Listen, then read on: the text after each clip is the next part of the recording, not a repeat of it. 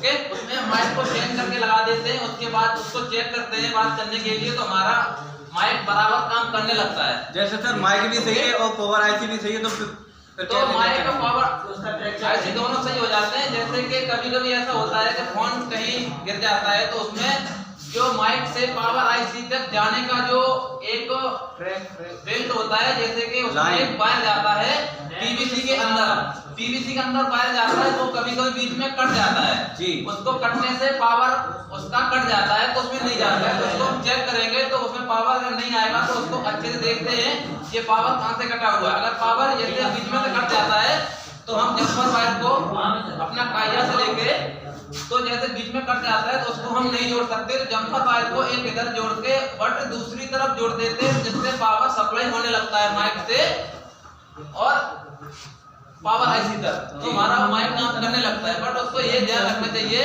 कि jumper wire इतना बड़ा ना करते हैं कि अदर पुर्जों में लगने से मोबाइल शॉर्ट हो सकता है, आपका पूरा काम करेगा। उसके बाद स्पीकर के बारे में आते हैं। स्पीकर को जब हम कोई दूसरा फोन करता है, तो हमें स्पीकर के द्वारा सुनाई देता है। स्पीकर में पावर आईसी से आता है, ओके, पावर आईसी से पावर आता है स्पीकर में। जब हमारे स्पीकर से पावर आईसी का जो भी सप्लाई का नियंत्रण होता है, अगर वो सही है तो बराबर काम करेगा। अगर पावर आईसी सही है और स्पीकर खराब है, तो पावर आईसी स्पीकर तक पावर को पहुंचाएगा, उसके बाद वो काम नहीं करता है। तो हम और आप स्पीकर को बजट रेंज में लगा के स्पीकर को चेक करते हैं। अगर 0 के साथ रीडिंग आती है मल्टीमीटर में, तो ये स्पीकर आपका सही है। अगर नहीं आता है तो स्पीकर को बदल के मतलब दूसरा पार्ट लगा देते, उसके बाद उसको यूज करते हैं। तो अगर काम कर रहा है तो ठीक है, नहीं तो पावर आईसी को चेक करते हैं। स्पीकर से नहीं मिलता है तो उसको ग्राउंड में लगा के पावर द्वारा चेक करेंगे, तो अच्छे से चेक करने पर उसमें जो भी डिफेक्ट होता है वो मिल जाता है। ओके, नंबर 3 रिंगर वो है जो कि हम किसी भी वीडियो को ऑडियो को सुनते हैं या कोई फोन करता है, अगर ये मान लो सामान्य नॉर्मल मोड पर होता है, तो ये रिंग बजती है। रिंग बजती है, तो रिंग अगर बजती है तो सबसे पहले सप्लाई रिंगर आईसी से पावर आईसी में जाने के बाद रिंगर बजती है। ओके, उसके बाद वाइब्रेट आता है। वाइब्रेट एक वो ऑप्शन है जो कि हम किसी भी शोर वाली जगह पर अगर मोबाइल को नॉर्मल में रखेंगे रिंग पर, तो वो रिंग सुनाई नहीं देती है। तो वाइब्रेट पे रखने पर वाइब्रेट मोड पे रखने पर मोबाइल को जेब में या कहीं भी रखते हैं, जो कि शरीर से टच रहता है, जिससे क्या है अगर कोई उधर से फोन करता है तो वो कंपन करके हमको प्रतीक करता है कि फोन में किसी का कॉल आ रहा है। ओके, जब वाइब्रेट को 4 वोल्ट तक पावर मिलेगा, तभी वाइब्रेट आपको कंपन करके देगा। अगर 4 वोल्ट पावर मिलेगा उसे, तो अगर उसको 4 वोल्ट पावर नहीं मिलेगा पावर आईसी से, तो वाइब्रेट काम नहीं करेगा।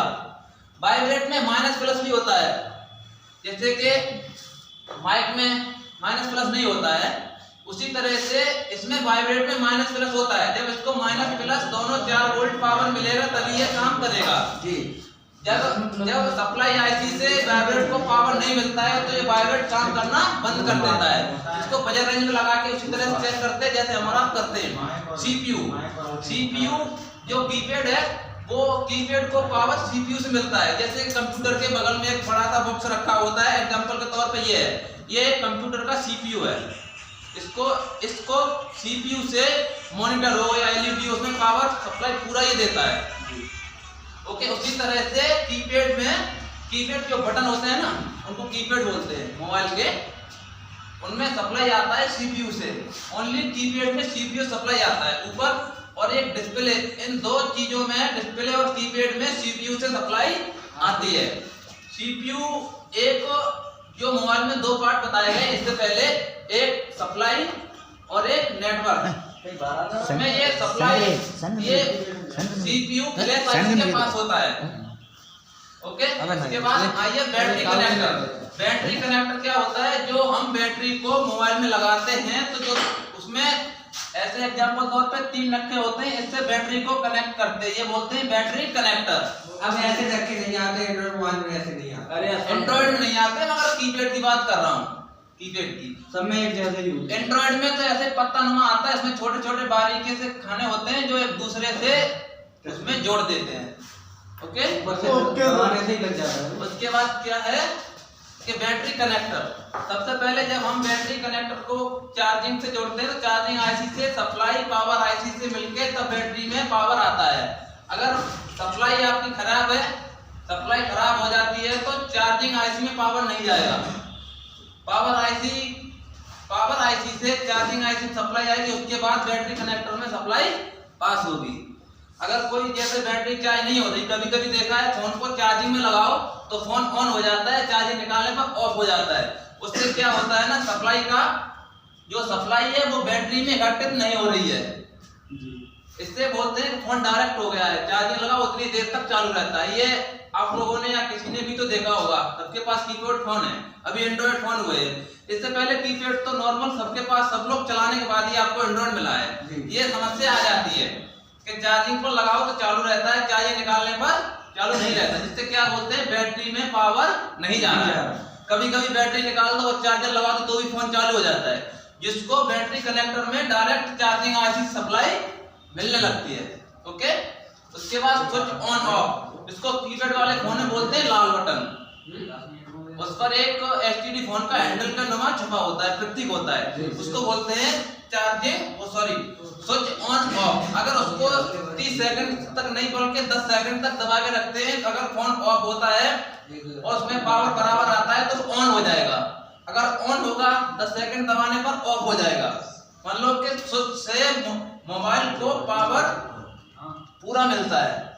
अगर ये अपना लाल वाला कीपैड खराब हो जाए तो इसमें आप दबाने से सप्लाई आपको फोन ऑन नहीं करेगा। ओके, या कीपैड तक अगर सप्लाई नहीं आ रही है ऑन ऑफ स्विच तक तो फोन ऑफ या ऑन नहीं होगा, जैसा का तैसा रहेगा। कभी कभी चार्जिंग आईसी और पावर आईसी, कभी कभी देखा है कि हम और आप फोन को चार्ज करते हैं तो वो चार्ज तो करता है बैटरी, मगर जब चार्जर निकाल देते हैं तो बैटरी लो बता देता है, चार्जिंग शो नहीं करता है।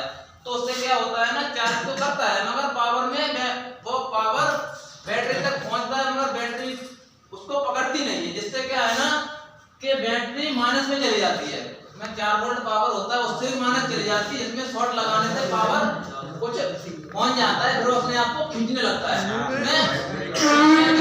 उसमें खींचने की क्षमता नहीं रहती है। ओके, सिम की क्या होता है, सिम कीपैड फोन में सिम हम और आप देख सकते हैं कहां से डालते हैं कहां से निकालते हैं, मगर एंड्रॉइड फोन में एक सॉकेट में आता है जिसमें सिम 2 लगाने के बाद उसको अंदर डाल देते हैं तो अंदर उसका ऐसा सिस्टम होता है कि जो अपने आप सेट कर लेता है। अगर उनमें कोई कमी आती है तो आप उसको सिम आईसी से पावर आईसी दोनों चेक कर सकते हैं। अगर पावर आईसी उसकी सिम वाले की सही है तो आपको सिम आईसी चेक करनी पड़ेगी। अगर सिम आईसी सही है तो उसमें सप्लाई नहीं आ रहा है तभी सिम कनेक्ट नहीं हो रही है, ये सीधा बात है ना।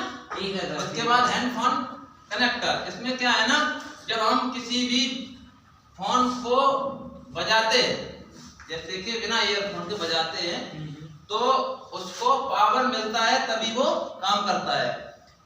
ये हैंड फ्री हेडफोन कनेक्टर, इसको पावर मिलता है तभी बजता है। कभी कभी हम और आप देखते हैं कि लीड लगा के बजाते रहते हैं, ओके ना।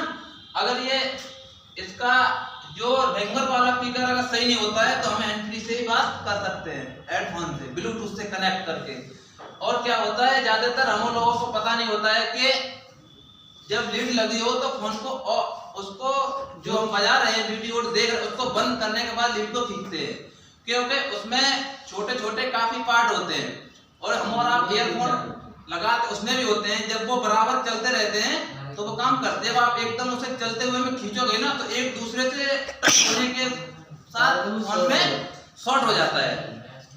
जैसे माइनस प्लस बराबर में जा रहा है, अगर एक दूसरे आपस में भिड़ा दोगे तो फाइंड हो जाएगा। उसी तरह से ये भी होता है। और शाम को फोन को चार्जिंग पर लगा दिया रात को 10 बजे, उसकी कैपेसिटी है 2 घंटे, चार्ज होने में 2 घंटे पूरा चार्ज हो जाएगा।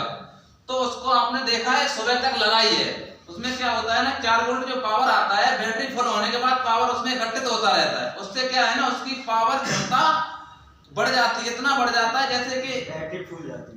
कोई पॉलीथिन अपनी 1 kg की है, उसमें आप 1 kg भर दोगे तो नॉर्मल रहेगी, उसके बाद थोड़ा और बढ़ाओगे तो और टाइट होगी, और बढ़ाओगे और टाइट होगी। जब उसमें आप 1 किलो में 5 किलो डाल दोगे तो वो कहीं से न कहीं से फट जाएगी, डैमेज हो जाएगी। अगर पानी भर रखा उसमें अगर ज्यादा डालोगे तो कहीं अगर थोड़ा सा भी और हो गया ना तो पानी निकलने लगेगा। उसी तरह से बैटरी में चार्जिंग की पावर क्षमता होती है, वो भर जाती है, आप उसे जब चार्जर नहीं निकालोगे तो कहीं से ना कहीं से वो लीकेज हो जाती है, जिससे पावर उसका माइनस में चला जाता है, फिर वो आपका काम नहीं करता है। ओके, बस इतना ही है।